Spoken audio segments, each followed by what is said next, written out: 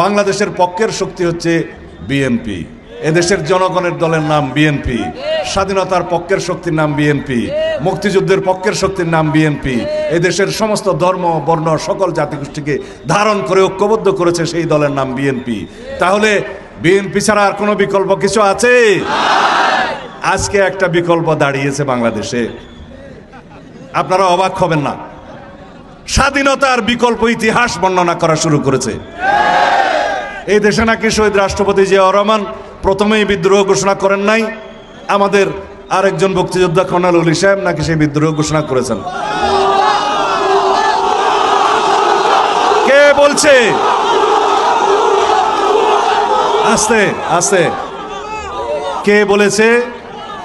বাংলাদেশ জামাত ইসলামের আমির সাহেব, সম্মানিত আমির সাহেব। আস্তে আস্তে আস্তে প্লিজ আমাকে শেষ করতে দাও, আমাকে শেষ করতে দাও।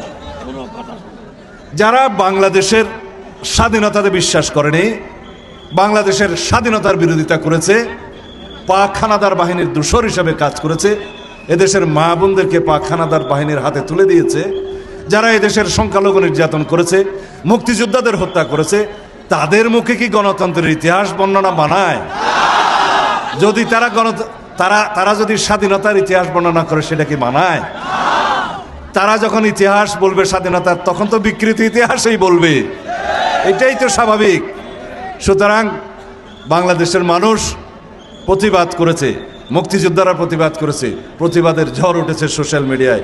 আমরা প্রতিবাদ জানাই, আমরা আহ্বান করব বাংলাদেশের স্বাধীনতায় বিশ্বাস করুন, স্বাধীনতা যুদ্ধে আপনাদের ভূমিকার জন্য এই দেশের কাছে, এই জাতির কাছে ক্ষমা প্রার্থনা করুন।